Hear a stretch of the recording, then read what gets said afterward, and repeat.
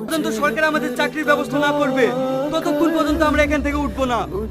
এখানে কোনো ধরনের বসা হবে না, ওঠ এখান থেকে। না আমরা উঠবো না। উঠবি নি? চল শালা।